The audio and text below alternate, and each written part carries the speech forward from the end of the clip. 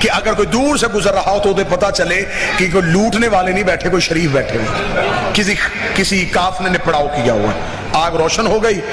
جناب محمد بن ابی بکر نے آ کے خیمے میں مصلی بچھایا, عبادت الہیہ میں مشغول ہو گئے. ابھی محمد عبادت کر رہے تھے, یا محمد کو اپنے کانوں میں کسی گھوڑے کے دوڑنے کی ٹاپوں کی آواز آئی. محمد بن ابی بکر نے فوراً کان آواز کی طرف کیا.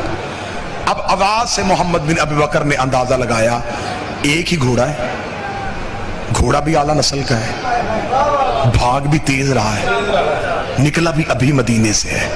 پھر فوراً ذہن میں سوال ہے, اگر یہ شخص مدینے سے نکلا تھا, یہ رات کے وقت اکیلا سفر کیوں کر رہا ہے؟ اگر اس نے سفر کرنا تھا تو یہاں قافلہ تھا, یہ قافلے کے ساتھ کیوں نہیں آیا؟ یہ سوال ذہن میں تھے, یا علی کی بات آ گئی یاد, رات کو سفر نہ کرنا. محمد بن ابی بکر تو پہلے ہی راز ڈھونڈ رہا تھا. محمد بن ابی بکر نے فوراً خیمے سے باہر نکلے, اپنے نوکر سے جلدی جلدی اٹھ اٹھ اٹھ, گھوڑے پہ زین رکھ, بندہ پکڑ. اسے گھوڑے پہ زین رکھی, گھوڑا توڑایا, بندہ گرفتار کر کے محمد بن ابی بکر کے قدموں پہ. محمد نے پوچھا کون ہے تو؟ اسے کہا جی مدینے کا رہنے والا. کہاں جا رہا ہے؟ یمن. کیوں جا رہا ہے؟ اس نے کہا اسی ذاتی کام کے سلسلے. محمد بن ابی بکر نے اپنے نوکروں سے کہا اس کی تلاشی لو. جامع تلاشی لی گئی, کچھ ذاتی سامان کو زیادہ رہا, اس کے علاوہ کچھ نہیں. محمد نے کہا اور اس کے پاس کیا؟ انہوں نے کہا اس کے گھوڑے کی گردن میں ایک مشکیزہ ہے پانی کا, پانی کا مشکیزہ نکالو. نکالو. کیا اس میں؟ اس کا پانی ہے. فرمایا اسے تلوار سے چیرو. چیرا, پانی بہاؤ, پانی بہایا. ہاتھ ڈالو, اندر سے شیشے کی بوتل, اس کے اندر ایک خط. محمد بن ابی بکر نے تلوار کی نیام مار کے بوتل کو توڑا, اندر سے خط کو نکالا, خط کو کھولا. خط میں لکھا ہوا تھا کہ تیری طرف محمد میرا خط لے کے آ رہا ہے. محمد بن ابی بکر کے پہنچنے سے پہلے کہ تیز رفتار گھوڑا سوار سپاہی تجھ تک پہنچ جائے گا. ایک دستہ لشکر کا مصر کے باہر کھڑا کر دینا جو محمد کو تجھ تک پہنچنے سے پہلے قتل کر دے, اور محمد کی لاش کسی ویرانے میں پھینک دینا. محمد بن بکر نے خط پڑھا, خط کو بند کیا, منہ مدینے کی طرف کر گیا. اور سفروں سے بچانے والے,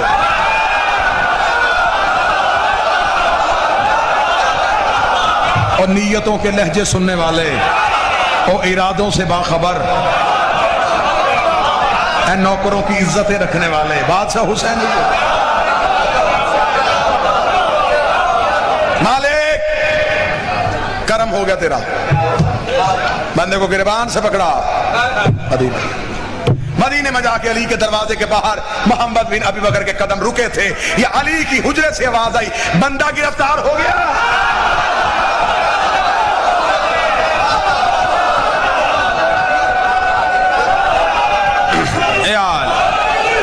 پسند ہے موضوع کے نہیں پسند؟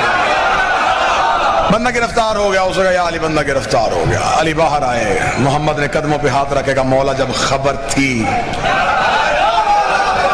مجھے کیوں بھیجا؟ مولا مسکرا کے فرماتے محمد میں ثبوت کے بغیر حملہ نہیں کرتا. کہاں سے لا گئی دنیا علی جیسا امام؟ بندے کو پکڑا اور مولا علی اپنے گھر میں گئے. تاریخ کہتی ہے علی نے زرد رنگ کی عبا پہنی. زرد عبا ہمیشہ مولا علی جنگ میں جاتے ہوئے استعمال کرتے. جب علی اپنے کاندھے پہ زرد عبا رکھتے تھے تو مدینے کے لوگ دروازے بند کر لیتے تھے کہ آج علی جلال میں ہے. اس رات مولا نے زرد عبا اپنے کاندھے پہ رکھی. کاندھے پہ رکھ کے مولا دربار کی طرف گئے. دربار کے باہر نیزے بردار مشعلیں لے کے سپاہی کھڑے تھے. علی ٹھوکر سے دروازہ کھولا, اٹھاؤ اسے. علی کا جلال تخت سے زمین پہ گرا, نہ تاج سنبھلا نہ آواز سنبھلی. بڑبڑاتے ہوئے علی کے سامنے آ کے جی یا علی حکم. علی نے فرمایا کہ یہ کاسہ تیرا ہے؟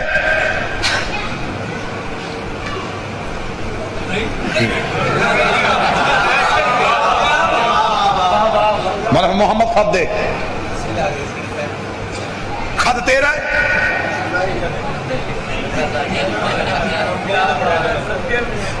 علی نے فرمایا چمڑا دربار کا ہے.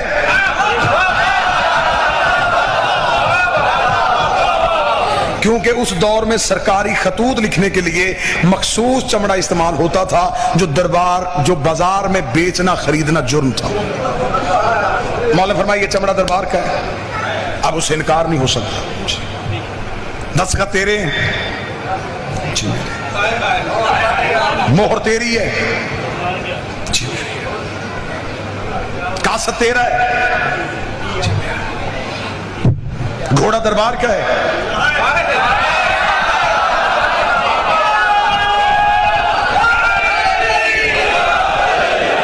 جی میرا۔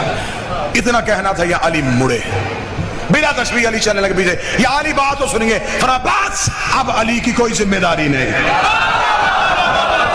آئے ہائے ہائے، بس اب علی کی ذمہ داری نہیں۔ مولا بات تو سنیں گے، مولا میری علی دربار سے باہر چلے، دربار سے باہر گئے، خبر مدینے میں آگ کی طرف پھیل گئی۔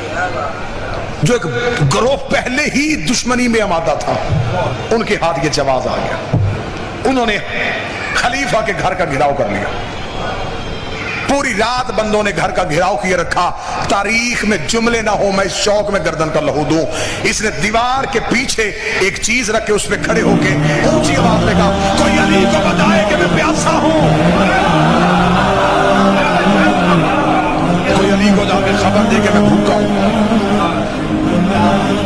اتنا سخت پہرا تھا کہ پرندہ پر نہیں مار سکتا تھا، یا یکدم گلی میں دو سائے داخل ہو گئے، سپاہیوں نے کہا روکو روکو روکو، اسے کون ہے؟ پیچھے سے آواز آئی، رستہ دو، حسن اور حسین آ رہے ہیں۔ نیزے ہٹے، جب روشنی میں شہزادے آئے، حسن کے ہاتھ میں کھانا، حسین کے ہاتھ میں پانی، شہزادوں نے دیوار پہ کھانا اور پانی رکھ کے کہا، سخی نے بھیجا ہے۔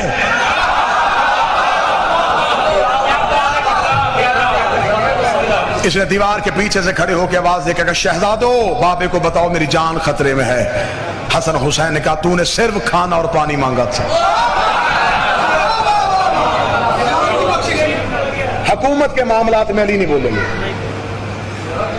مدینے کے مقامی اختلافات میں علی نہیں بولیں گے۔ یہ کہہ کہ حسن اور حسین گئے، رات کے وقت کسی نے دیوار پھلانگی، پتہ انہیں چل گیا تھا کہ اب یہ علی کو پکارنا شروع ہو گئے ہیں، لہذا انہوں نے کہا یہ رات بڑی اہم ہے۔ اسی رات میں خلیفہ کا قتل ہو گیا۔ قتل جب ہوا خلیفہ کا، خبر پہنچ گئی پورے دنیا میں، عرب دنیا میں۔ ایک نبی کی بیوی جو ہے وہ مدینہ سے اسی خلیفہ سے ناراض ہو کے بصرہ چلی گئی تھی۔ تو جو ہے پوری زبان کے نہیں ایسے نہ ہو کہ میں کہوں کہ آپ محظوظ ہو کے سن رہے ہیں اور آپ بالکل سو رہے ہوں ہاں تھوڑی تھوڑی کرتے رہیے گا، 1.5-2 منٹ کا۔ انہیں بصرے خبر ملی کہ آئیے کام بڑا آسان ہو گیا ہے، خلیفہ قتل ہو گیا ہے، قتل ڈالتے ہیں علی کے سر، علی کی دشمنی بھی پوری ہو جائے گی، وہ تو ہوئی حکومت پہ قبضہ ہمارا ہو جائے گا۔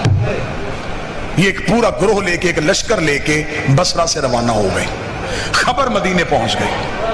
مولا نے ایک مخصوص صحابہ کا لشکر ساتھ لیا، علی نے رستے میں جا کے کہا انہیں مدینے داخل ہونے سے پہلے روکے۔